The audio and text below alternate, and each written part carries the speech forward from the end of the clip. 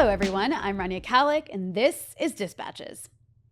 Lebanon's May 15 election results were confusing, with contradictory claims of victory and defeat, or rather, all sides claiming victory. Everyone's a winner in Lebanon! Much of the media coverage of the elections has further obfuscated the results, with journalists celebrating the few self-described independents and reformists as a sign that some kind of change might be coming, while also appearing to cheer the apparent defeat of Hezbollah and its allies. Except Hezbollah and its allies weren't defeated, and the independents are actually quite dependent, and the reforms they propose are likely to expedite the country's collapse. To help parse what actually happened and why, I'm joined by Jamal Ghosn, a columnist and editorial board member at Lebanon's Akhbar newspaper. Jamal, welcome back to the show. Hello, how are you, Rania? I'm good, thank you, and I'm really excited to have you on to discuss these election results. And I guess let's just get right into it. You know, in the West, as I'm sure you know, they treat elections like they're this state religion or something. But do these elections in Lebanon even matter? Will they affect the lives of people or even the direction of the country? Yes, of course they matter. How much do they matter? That's another question. I mean, if you want to pretend that there is any semblance of a state remaining, then you have to go through the motions, and elections are one of these activities that they have to carry out to maintain legitimacy of the state, and especially since they're going to go, or Lebanon is facing right now a default and talks with the IMF, and someone has to represent the state there and take decisions, and that needs to be unquestioned because they're going to be tough decisions and they're going to be affecting the country for years to come. So yes, this was necessary. If had they not taken place, then they could have question the legitimacy of the representation of the government, and that could have opened the whole kind of worms that we can get into it if you want, but that's like we've seen it in other countries, and at least for now it's not going to happen in Lebanon. Okay, so with that said, are there actual winners and losers in these elections?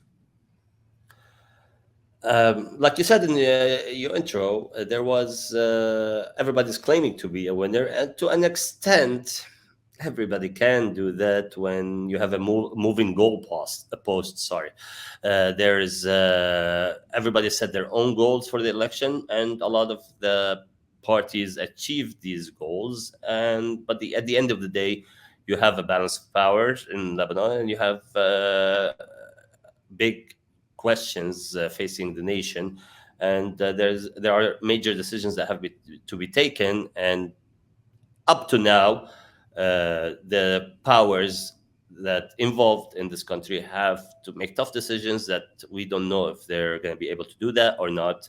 That's to be seen in the next few months. And then before we get into the results themselves, can you maybe explain to our audience the bizarre election system that exists in Lebanon? Because most people who are watching, unless they're in Lebanon, are probably not familiar with it. Well, I mean, it's not as bizarre as the U.S. election system, where you have the Electoral College and all the random gerrymandering. Yeah, you do have a little bit of it here. The major thing that sets apart the Lebanese electoral system from other democracies is that it's confessional or based on sects. There's a division of seats 50-50 between Muslims and Christians, even though demographically the population is not 50-50.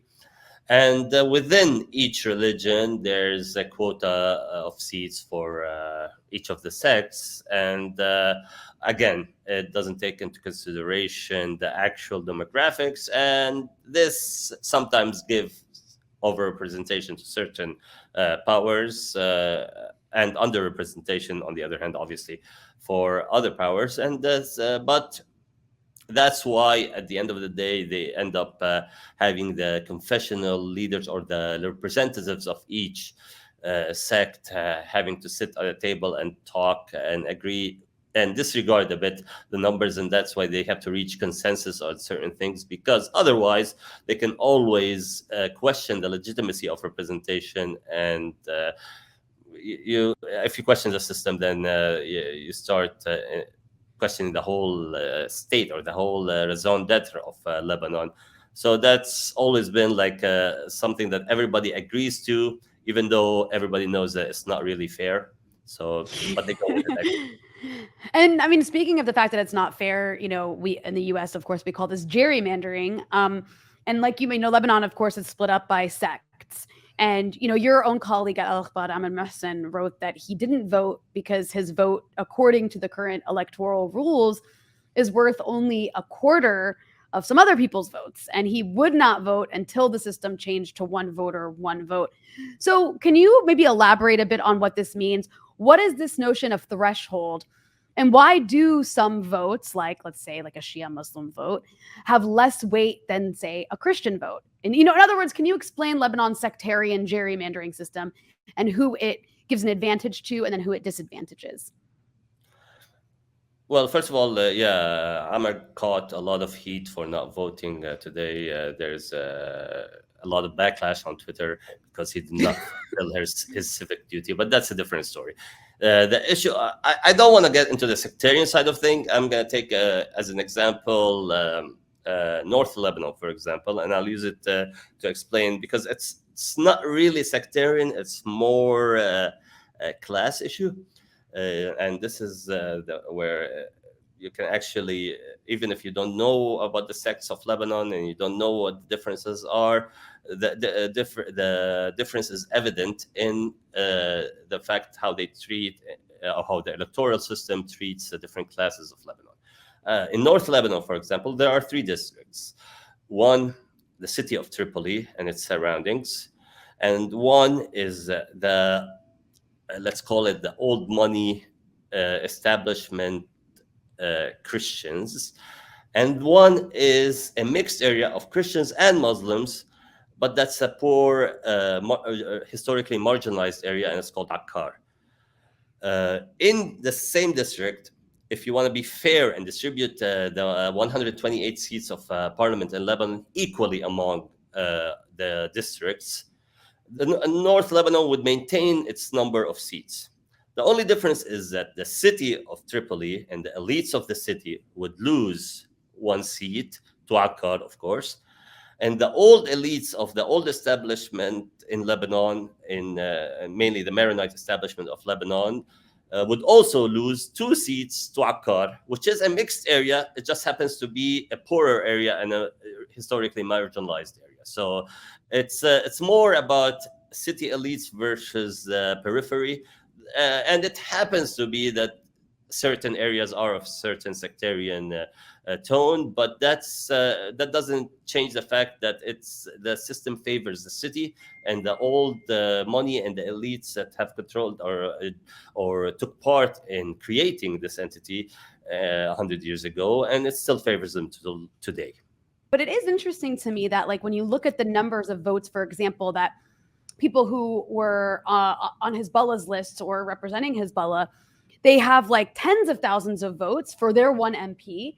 But then you look at a Lebanese forces person in a different part of the country, which is, a Christian party, and they have like a fraction of those votes that still, get them to the parliament. So that's another, I mean, you're right. There is a class aspect to it, but that class aspect is completely attached to these sects. I just want to clarify that's what took place with these votes, because I saw these numbers and I was kind of astounded by just how many more votes somebody running on Hezbollah's as a Hezbollah like political official has to get versus somebody running on Lebanese forces. Yes, well, again, I'm not gonna go specifically into the parties, because a Christian in Akkar, his vote or her vote is equal 1/4 of a Christian in the rich part of Beirut in Ashrafiyah.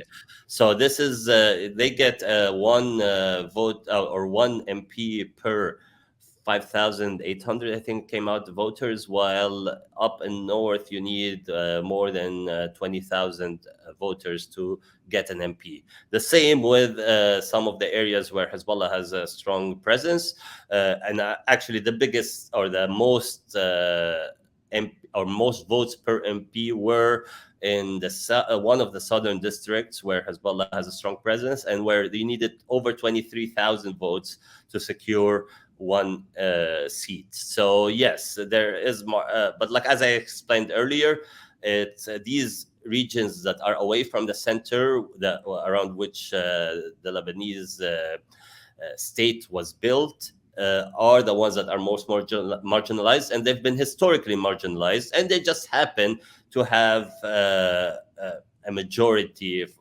for example, Shia community in the south, even though in the south there are Christian villages, there are Christian votes, and they just count as much as a Shia vote. So this is just a regional division, and they are just as marginalized. So this is important to point out. It's not really a sectarian division. It's a division of old power versus new power, and or trying to achieve some semblance of democracy. And this is the best that they came out with. Well, it's really interesting, and there's so many parallels you could make to various areas of the U.S. where, like, a vote in a state like Utah or Wyoming that has like 300,000 people in it is like worth more than a vote in like a city somewhere like in Detroit, Michigan. But moving on to another class element, I think, of this kind of divide and whose votes matter more, I thought it was interesting to see the weight of the votes from abroad. I know there was this attempt to try to make it so that the diaspora vote, because obviously so many Lebanese people live abroad, that to make they give the diaspora for a vote something like 6 seats in parliament, but instead their votes actually ended up playing, I don't know how significant of a role it was, but significant enough to affect the results in various areas. So how did this benefit this gerrymandering system, especially in the case of this class divide that you're talking about? Not as much as certain people wanted it to affect it. Let's talk here about the main issue. The main issue in the diaspora vote was that there are candidates who were sanctioned by the US. There were parties that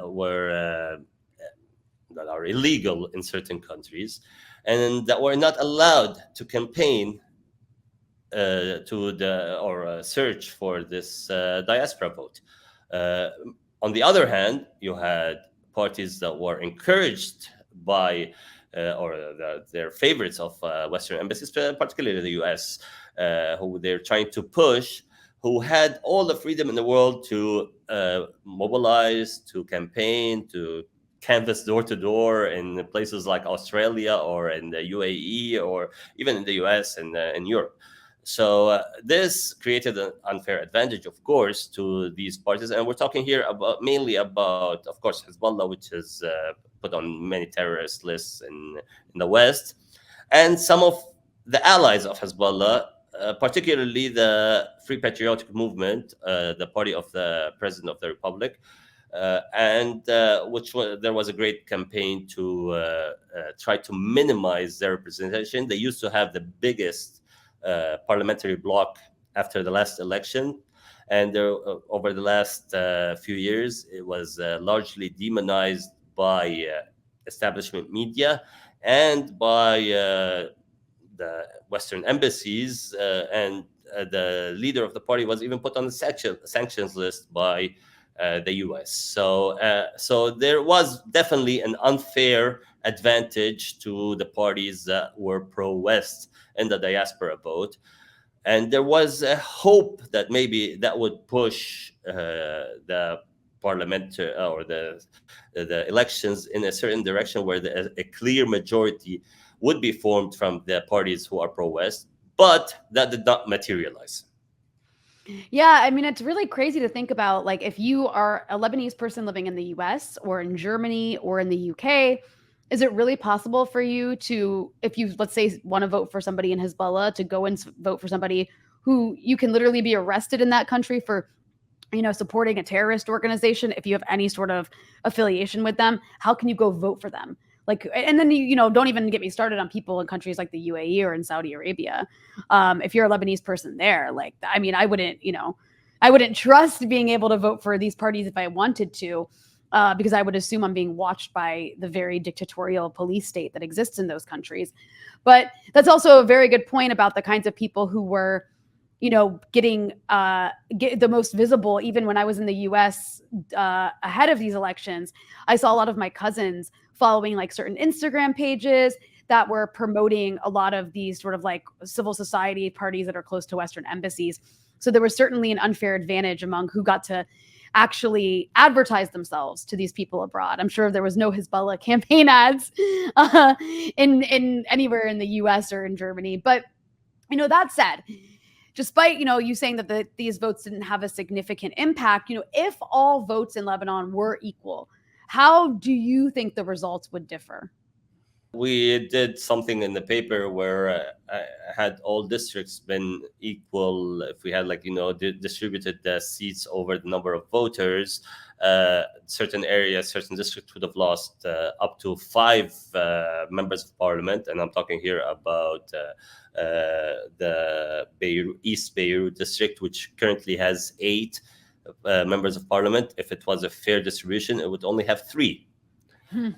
And other areas, of course, like in the south, the district that had 11 representatives, if it was just by the numbers, you divided the number of voters by the number of seats, it should have 16 instead of 11. So the 5 seats would move from one area that's way overrepresented to one area that's underrepresented. So I'm not gonna go. I didn't do the numbers. It would change everything. It would change the electoral alliances. It would change everything if you really had that in place.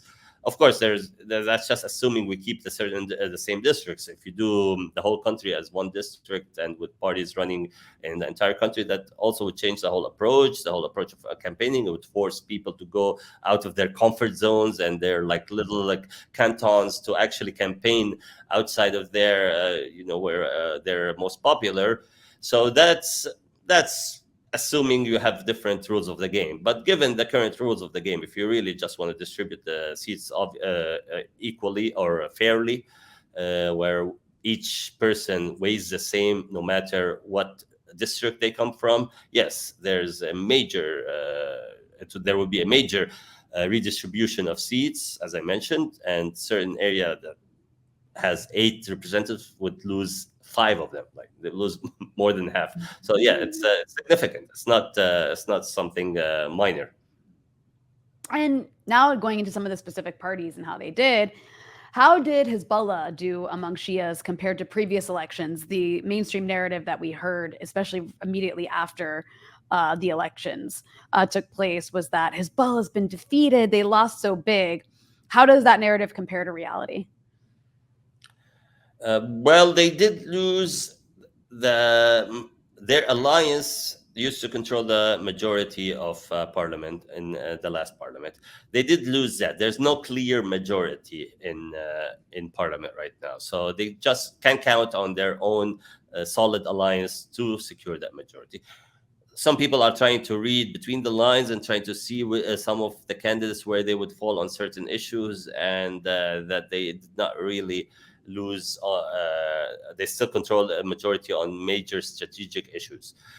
But that's insignificant right now because Parliament has been, can be paralyzed in any moment. I think the way Hezbollah approached this election was to see it as a referendum over the resistance. And if you look at it that way, they actually got more votes than in the last election, despite everything that's been happening in the country, despite major crisis, economic collapse.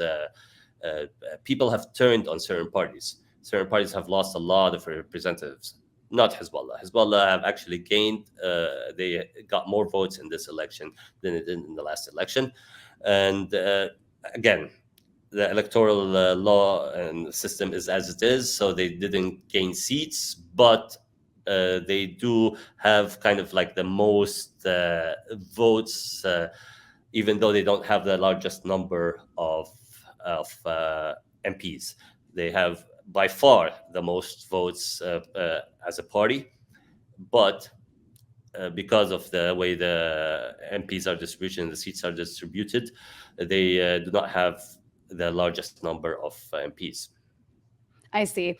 And then speaking of parties who may have lost seats, you have the Hezbollah, the Shia allied, frenemy, I guess. I don't know if you want to call them a frenemy. They're allies, but sometimes there's tension between them. They're not always on the same page. But how did the party Amal do in this election?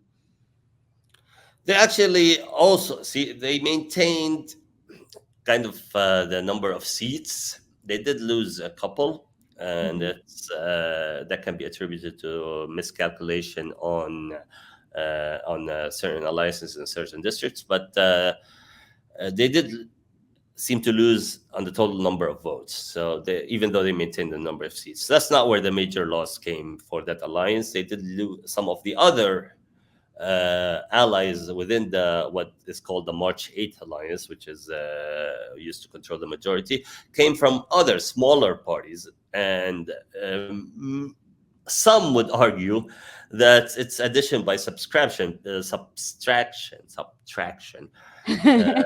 because they're actually a lot of these members of parliament have been around for a while, that come from the kind of like have been seen as a burden rather than an addition to the alliance. And I mean, they did lose, and I don't see many people who are sad that they lost. So this is where the actual loss in the alliance came from, and this might force them to like reconsider who to run with in other elections. But again, there is no clear majority in parliament, so this still we have to see when they go into the building and vote on critical issues, where some of the people who haven't been who can't tell where they stand on certain issues, we have to see where they do stand, and that will like draw a more clear picture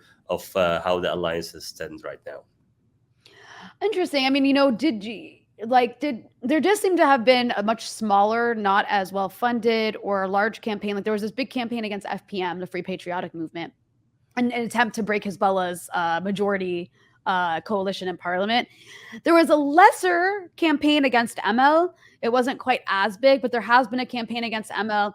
Do you think that's done damage to the alliance or coalition at all by causing the loss of certain seats?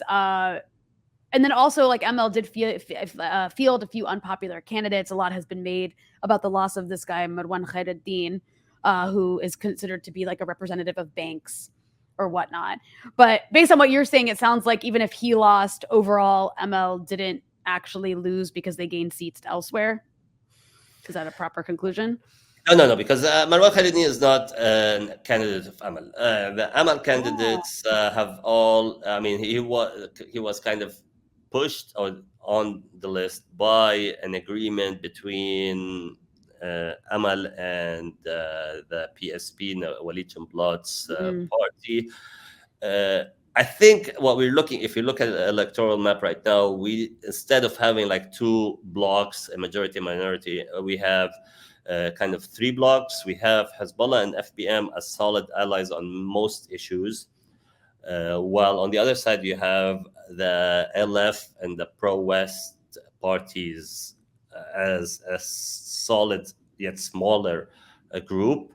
And then you have the, let's call it the old guard, the Ta'if guard, the Ta'if Accord guards, which are basically the warlords that took power after the end of the civil war in 1990, and the remaining old guard are basically Nabih Berri, the lifelong Speaker of Parliament, and the so-called Progressive Socialist Party, feudal lord leader Walid Jumblat, who is the leader of the Druze community, which he might be the biggest winner of this election, because not only did he maintain his parliamentary bloc, he has no more sway in trying to because he can push the vote one way or the other, and he has a couple of Trojan horses from those independents that got to parliament that are clearly and it will become more clear with the days that they are aligned with him. And he might be the biggest winner, even though he's kind of one of the has the smallest representation in terms of demographics in the country.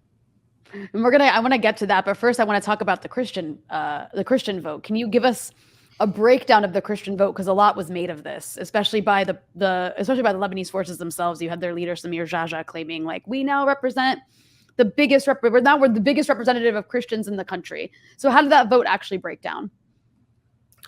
Well, first of all, the person you're talking about, Samir Jaja, and the Lebanese forces are a fascist militia from... Thank you for saying that, actually. I should have led with this, because the mainstream Western press seems like incapable of reminding people of this when they describe them. But please, finish what you were saying. I think what we have here is a Nazi wannabe that is loved by the West. I don't know if that reminds you of anyone right now in the news, but they were hoping that they'd get a majority and he'd be a clear candidate for president of the Republic of Lebanon, because the president of the Republic of Lebanon has to be a Maronite Christian. And if you represent the biggest Christian bloc, then you're a clear candidate to fill that seat that will be vacant in fall of this year.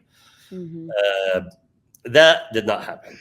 Even though, like on the night of the election, there seemed to be a premature celebrations by the left, and there were not promising signs, because even before they actually were sure they're winning, they started showing that fascist militia tendency that they bury it because they don't have the power to exercise it. But as I was saying, as we mentioned earlier, the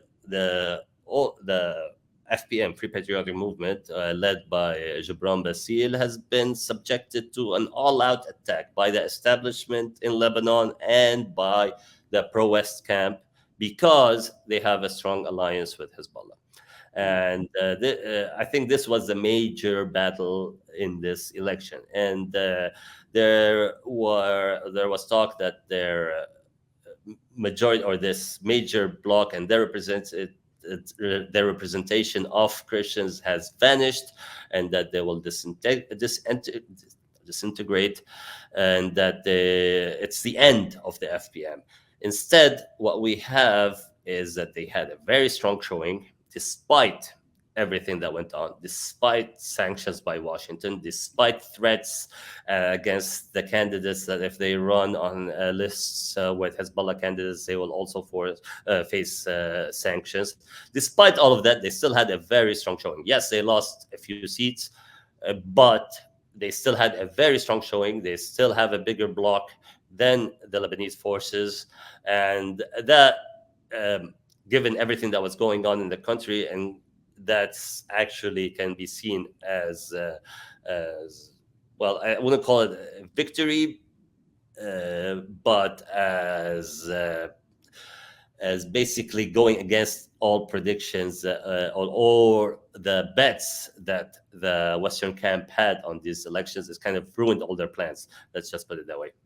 Yeah, I mean, I don't think it can be overstated, how Gibran Bassil, which is the leader of the Free Patriotic Movement, the FPM that you're talking about, I mean, he was the target, of years of insults, songs during the 2019 uprising we saw were personalized specifically against him and his family and his poor mother.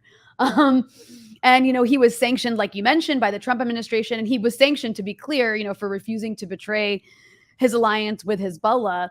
And, in past elections, he had run alongside his father-in-law, Michel Aoun, as you mentioned, now the president of the country, but not for much longer. But this time, Gibran Bassil actually ran alone. And despite not having, as far as I could tell, any foreign sponsors, his party still, like you said, did very well. So I'm curious, what do you think this means about FPM, that they were able to perform as well as they did, despite this crazy, intense, international campaign against them? I mean, they were bullied. Let's just put it out there clearly. They were bullied. And there was a sense of fear among FPM supporters that they can't express themselves. Forget about the diaspora vote, which we saw incidents where they were actually attacked in Paris, because they were wearing FPM shirts or whatnot. But even here in Lebanon, during the last Sunday, during the elections, if you go around, you didn't see a lot of FPM flags. You didn't see them out proudly showing their colors like other parties did. And that was part of this bullying campaign and part of this the campaign that was supposed to basically end them. And yet, when the results came in, it was obvious that the people still stuck to their choices despite everything that was going on. And this was basically the biggest surprise of the elections, at least for people who were hoping there would be a major change in the electoral scene in Lebanon. And now I want to move on to a group of people who got very little attention this election, and that's the Sunnis.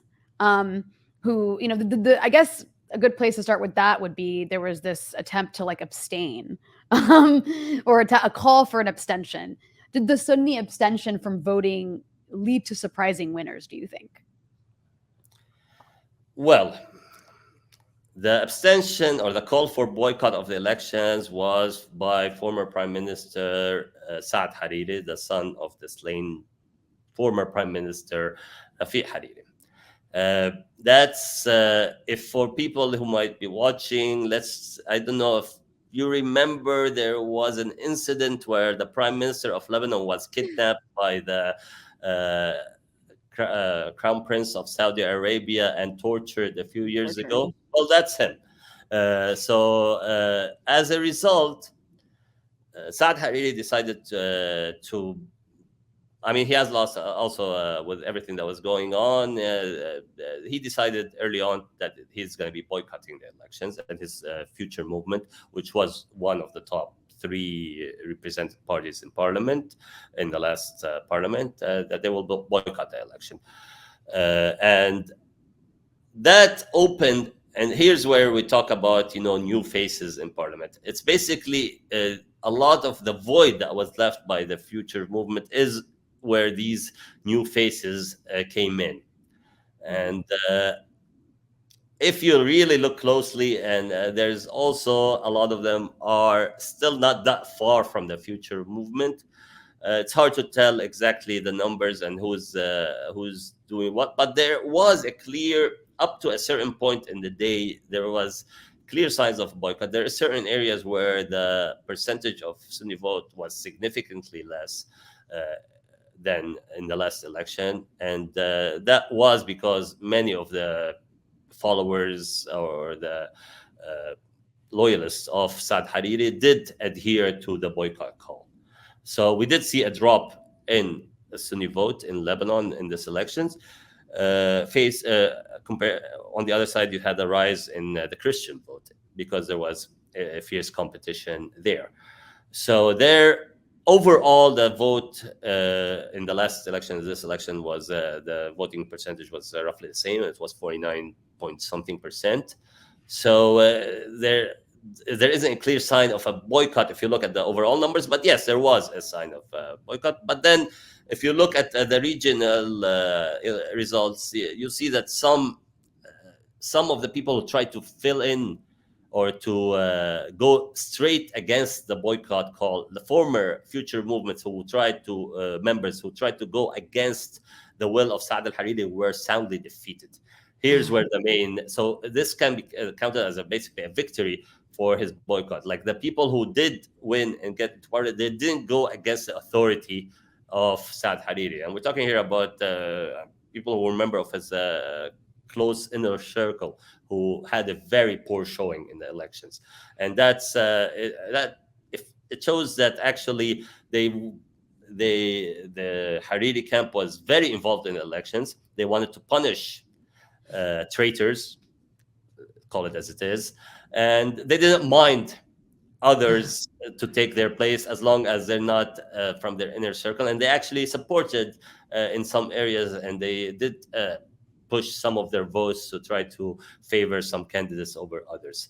So it was actually, again, I mentioned earlier that everybody won. It was a victory even for those who didn't participate, for those who boycotted. It was a very big slap in the face by Saad al-Hariri to his former torturer, uh, Crown Prince MBS in Saudi Arabia, and it showed them that they cannot. It showed the Saudis basically that they cannot operate in Lebanon without his help and have the same results as they would have with him. So this was another side battle taking place in Lebanon, and I think it was basically a knockout for Saad al-Hariri against MBS.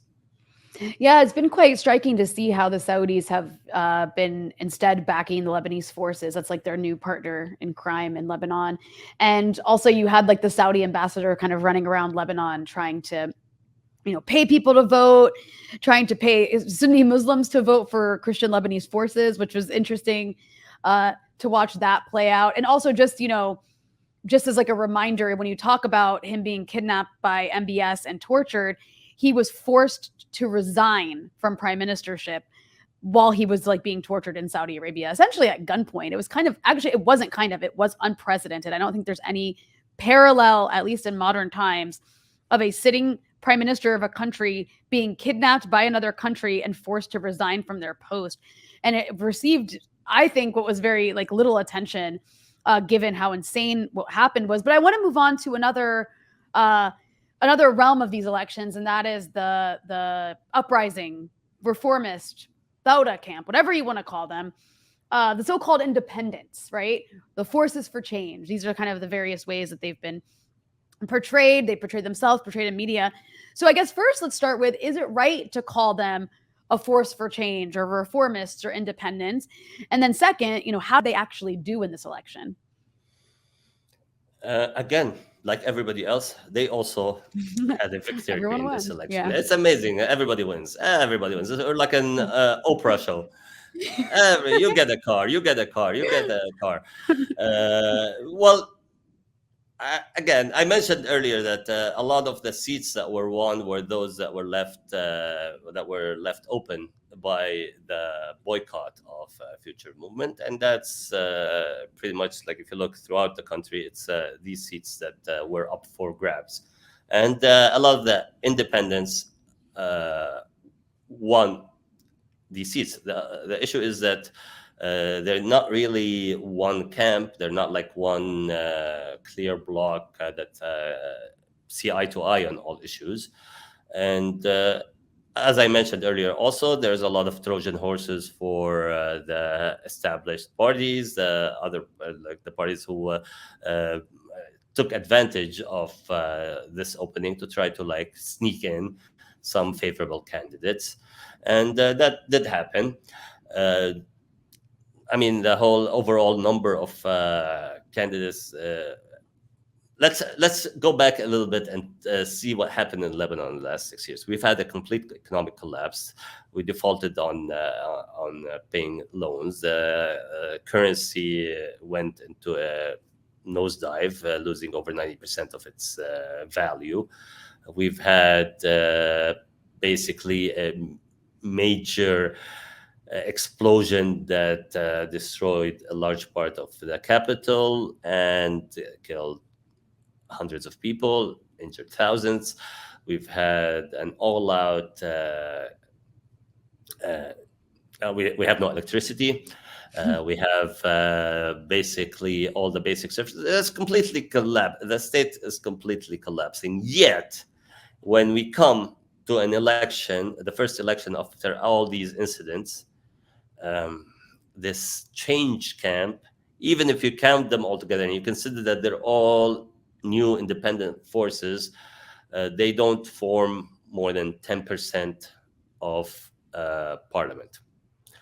And that's basically, if you're like really counting on change happening, it's not going to come from a bloc with 10% of major change. So this means that Lebanese political map is really well entrenched, and it has it doesn't matter. Like, it's one of the most politicized countries because it's been basically at war and facing crises since its inception. So this is not. We have structural issues. It's not a matter of different political approaches and to how to resolve certain issues. We have major structural issues in this entity called Lebanon that need to be addressed if it is to survive. And part of it is all the foreign intervention and whatnot. And part of it is that it cannot stand on its own as an economic entity and whatnot, especially if it's going to have enemies. If it's going to be confronting and the only country that it can do business with, which is Syria, which is basically 70% or of its borders and of its land borders, if not more, and you want to like try to position Lebanon in a place that is going against the interests of its major neighbor, then it's not going to survive. It's just like, this is a major structural issue. We have to talk about rethinking what it is to be a state of Lebanon, where it stands, what its alliances are, what its economic structure is, what its representation structure is. And this requires like a major redrawing of national pact, a social contract, whatever you want to call it, that actually resets the rules of how this country is going to survive for the next few decades. If not, it's really facing the end of it. Yeah, no, I mean, that's a really good point. And really what you're talking about too is taking into consideration when you talk about Lebanon's neighbors, I mean, it's also at war with one of its neighbors that's constantly like launching aggressive acts against it. And what does that mean? And like how to deal with being a country in the global south that's facing the issue of imperialism while also trying to deal with this economic collapse that's not actually separate from the issue of imperialism, despite what some people in this country say.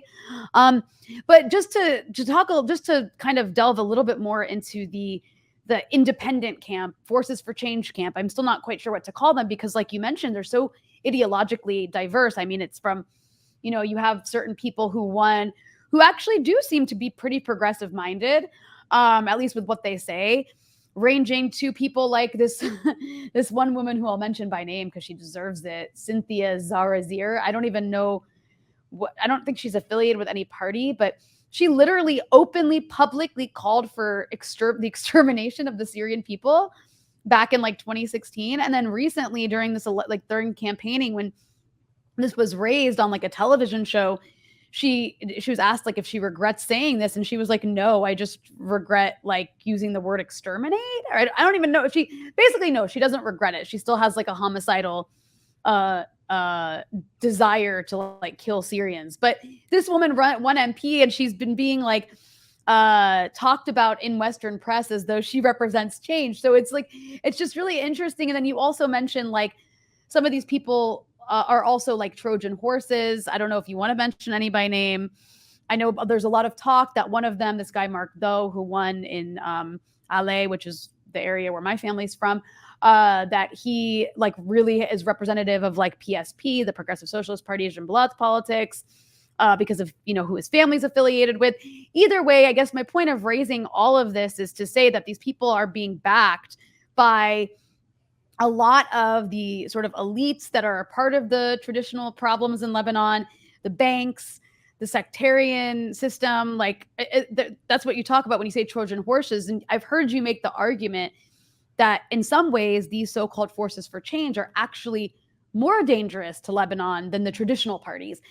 So given everything I just said, can you elaborate on what you mean by that when you say some of them might actually be more dangerous?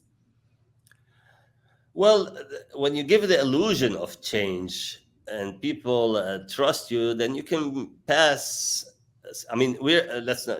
I mean, we already talked about all the problems that Lebanon is facing, and it needs major reforms, and it needs major policies that need to be passed, and needs major legislation that needs to pass in Parliament that just is going to take power on Monday, or officially starts on Monday. I think the first session hasn't been scheduled yet. But anyway, it's the issue is that when people believe that the change figures are different, then they're willing to give them more of a chance, and these chances can actually lead to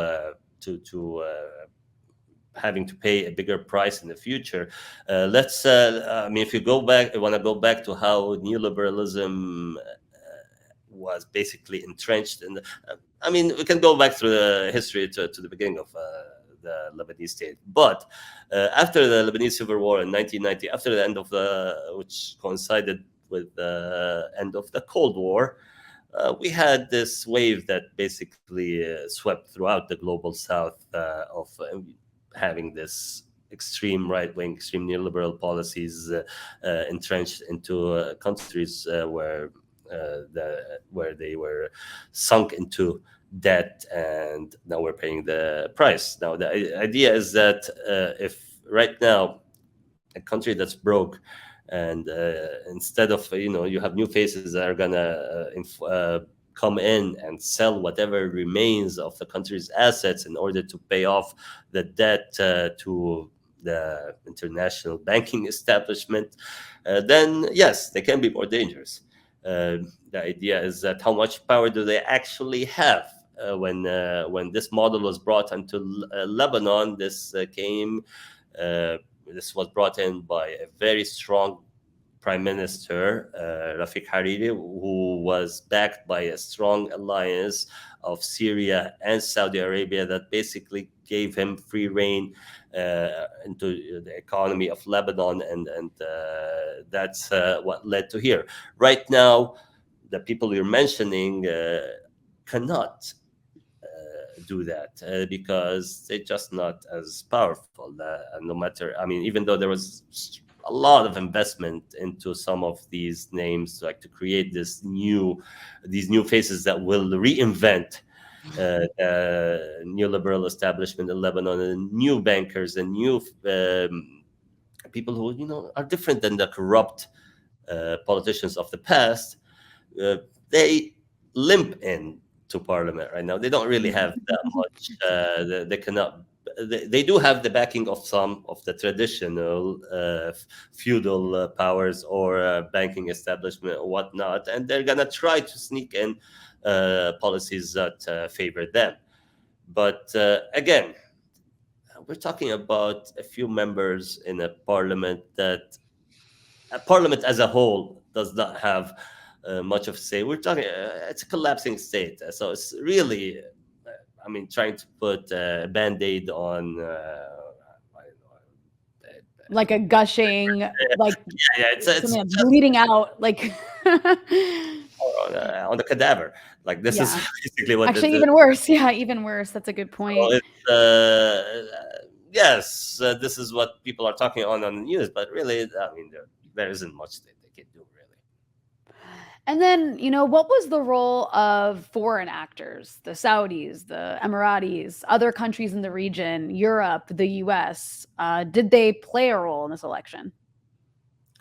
Absolutely. I mean, this we're hoping, I mean, especially the US, we mentioned all of the things that they did in terms of direct interference into the elections and sanctioning certain candidates and certain parties, and clearly declaring who their favorites. But we didn't talk about, for example, how the ambassador of the US in Lebanon, Dorothy Shea, was basically canvassing in door to door in certain areas of Lebanon to try to push their candidate, who I like to call the Juan Guaido of Lebanon.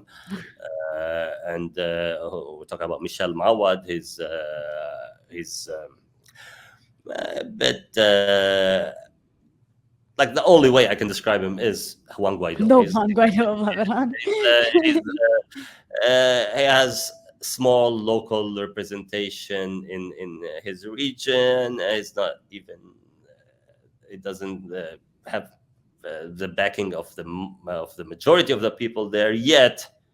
The U.S. Ambassador is taking pictures with him once a week. They fund hundreds I mean, I don't want to throw the numbers right now, but he did write about them in Akhbar. But we're talking that his foundation takes tens of millions of dollars from USAID. He actually went on TV to deny the influence on USAID on his foundation, and said that there's only 25% of his budget. He also takes from other State Department funds to fund his activity. And despite all of that, all he has is one seat in Parliament. It's expensive. It's the most expensive seat ever. And a lot of airtime on local television and whatnot. The idea of like trying to groom him to be a presidential candidate failed miserably. It's not going to happen. He can forget about it. And if he becomes a president, he will be just like Guaido. He'll be a laughing stock. But so that's an example. I mean, that doesn't mean that the effort wasn't there. It was a failed effort. That's not saying that they interfered with hundreds of millions of dollars invested in creating alternatives to the old faces, the old servants of imperialism in Lebanon, to create this new generation that would like renew the blood and in this class that serves the interests of imperialism. They just failed in creating something that was as strong as the old guard. Oh, in that case, it sounds like the U.S. did not win in the Lebanese election. So maybe it's wrong to say that everybody won. But Jamal, you spent several hours walking around different neighborhoods in Beirut on election day. I was not able to because I had to get dental surgery. But now that I'm all better, I want to ask you, what did you like? Do you have anything that you want to tell us about that you observed that's like worth sharing that you saw as you sort of like went? I don't know. You can also tell us where you went. Yeah, I mean, I did mention some of the things. First of all, I don't believe that you had dental surgery, but that's another discussion. You think you're a truther. You're a truther. You're like a Rania dental surgery truther. I still have the stitches to prove it. Anyway, but that's big conspiracy. I mean, in Lebanon, cosmetic surgery is big. It's one of the My nose looks the same. My nose looks exactly the same. If I did get any serious surgical procedures, it was kind of a failure because I don't see a difference in my face. But thank you for opening up the. I don't know. I hear also because of the economic collapse, rhinoplasties are cheaper in Lebanon. We have a lot of. Are you like doing an advertisement to our audience to come to Lebanon for your plastic surgery needs? Well, specifically rhinoplasties, but anyway. And if you need no, I don't know any doctors. Anyway, that's not the issue. Let's go back to the campaign. The serious matter. This is when you start talking for over an hour. This is you start getting into this territory. We'll continue this discussion, this very serious discussion, afterwards. But yeah, so you're walking around Beirut's neighborhoods. What did you see? I mean, there was again, Beirut is. Basically a collection of different villages of different it's not each neighborhood has its own like political color, so it was different from one neighborhood to another. Of course, you go into like some of the more heavily populated areas, the poorer areas. They are basically tend to be Muslim, and they had here's where you saw like the boycott effect early in the morning. The boycott call by Saad Hariri was really heated. Like you could see it that there wasn't much activity in some of the areas where he has a strong presence, but that changed in the afternoon, and everybody knows that there was vote buying in Lebanon in the Lebanese elections. It'll be like, and there are certain people who saw a chance to sneak into parliament, and they did at some point. I mean, they do their math throughout the day, and they know exactly where they stand, and then like the price of the vote goes up in the afternoon. And we saw that some people broke the boycott because maybe the price of the vote was became lucrative enough, especially given the dire economic situation that the country is going through. So that did happen. That's like nobody can deny that. I doubt. I mean, again, you need to document it. There is evidence of vote buying in many districts, not everywhere, in heavily contested areas where people saw a chance. Not all force. I mean, there's also indirect forms of vote buying that have been mastered throughout the years, by the democracy professionals of Lebanon, where they buy votes through services, through offering jobs in the state. This is how the clientelism of certain parties survived over the years. So it's not always cash, but there on election day, some people see it as a big payday, and there is cash exchanging hands or gifts. Right now in Lebanon, diesel fuel or fuel in general is a very good gift, because we have a power shortage and all that. There in certain districts there was talk and evidence of certain people basically passing out coupons for solar power installation. So at least we have some green initiatives taking place. Some green bribes. Green bribes. And there were green bribes. The other green, the Benjamin. I don't know if they went all the way up to Benjamins in this election. Usually, I mean, votes were cheaper this year. The overall right. Overall expenditure by the political parties was definitely less than, for example, there was the 2009 elections. I think that's when they were talking about $2 or $3 billion spent by the political parties on that election, and we're talking about a country of 6 million people. That's like U.S. levels of like campaign spending, if you want to call it that. Yeah, it was ridiculous. And wow, in a country of like 4 million voters, like that, that's pretty insane. I think it's less than 4 million. What am I saying? But anyway, actually, it was just around there. I think the number was like 3,950,000. So yeah, 4 million is very close. So yeah, that was seen.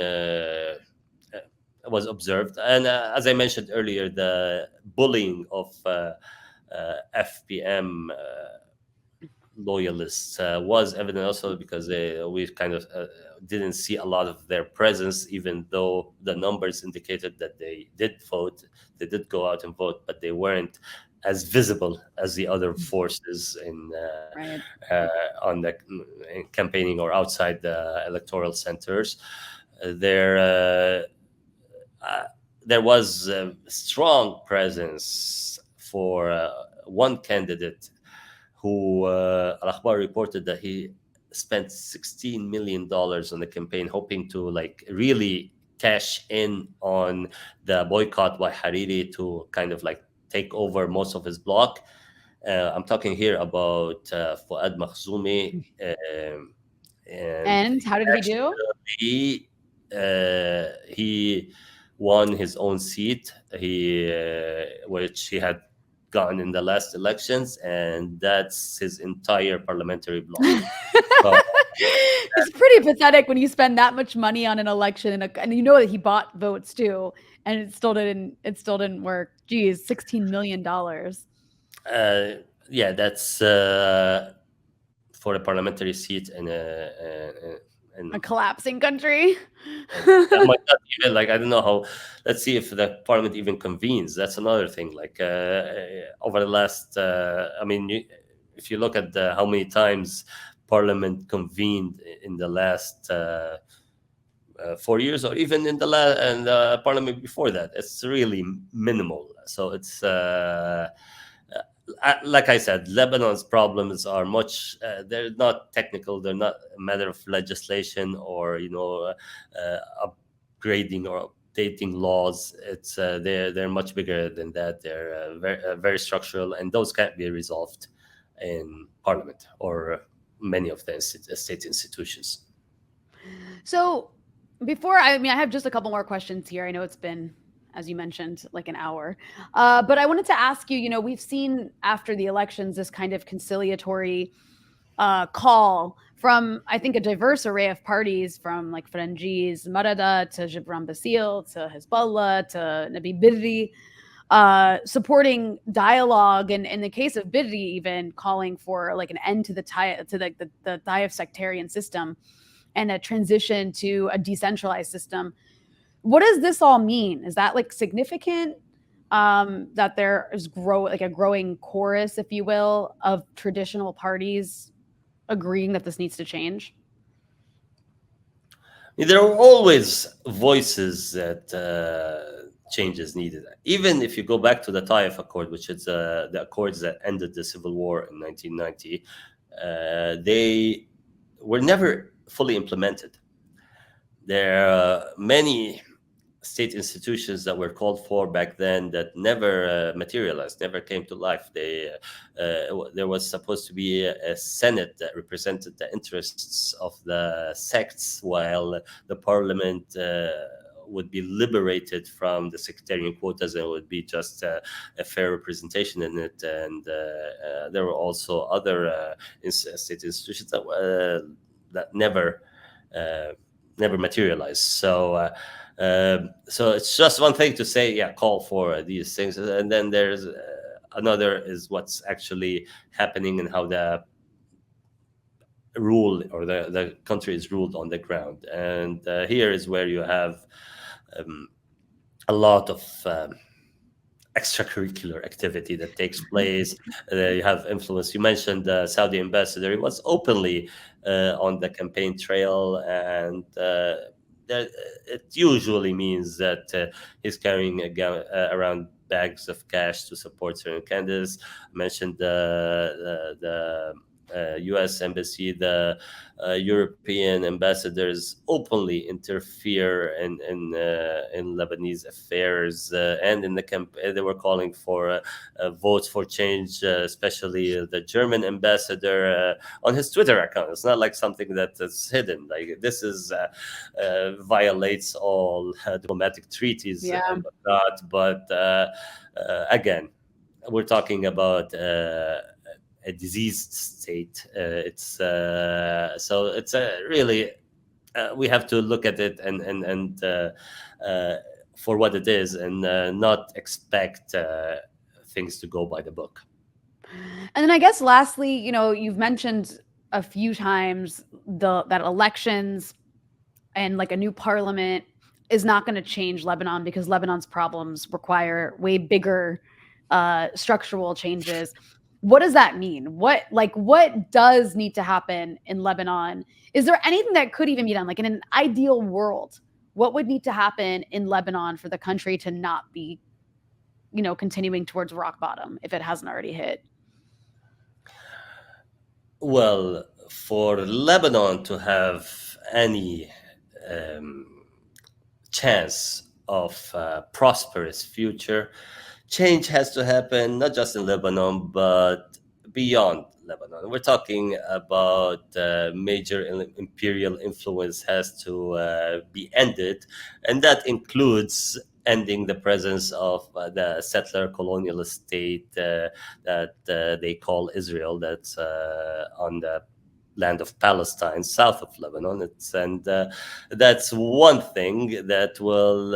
It's just symbolic of the imperial interference and colonial interference in our region, and that, like, the region as a whole cannot prosper until there's liberation from that from basically colonial powers and their influence and their involvement in sabotaging any chance of national liberation and a rise for the people of the region. So, and Lebanon has to be part of this region and cannot just pretend that it's an isolated island that's somewhere off the coast of Europe, and that can act as if it's there. No, we have major regional issues that need to be resolved, and these are have to be done through a trans-border national liberation movement that liberates a movement from the 100 years of wars that have been imposed on it by the greed for oil, mainly. Mm-hmm. Mm-hmm. Well, I think that's a great place to end. I mean, the primary contradiction is imperialism at the end of the day. And in Lebanon, there's a lot of effort to try to like hide that by a lot of people who want to talk about being, the force for change. So anyways, all that said, Jamal, thank you for joining me again to break all this down for us. And for those who are watching, they can follow you on Twitter. Right, as well as you're also at Akhbar, and you've been making videos for our Arabic speakers who are watching. Jamal, you've been making these awesome videos in addition to your column that you write regularly for Akhbar. So I encourage everybody to check that out. Thank you so much for joining me. Thank you.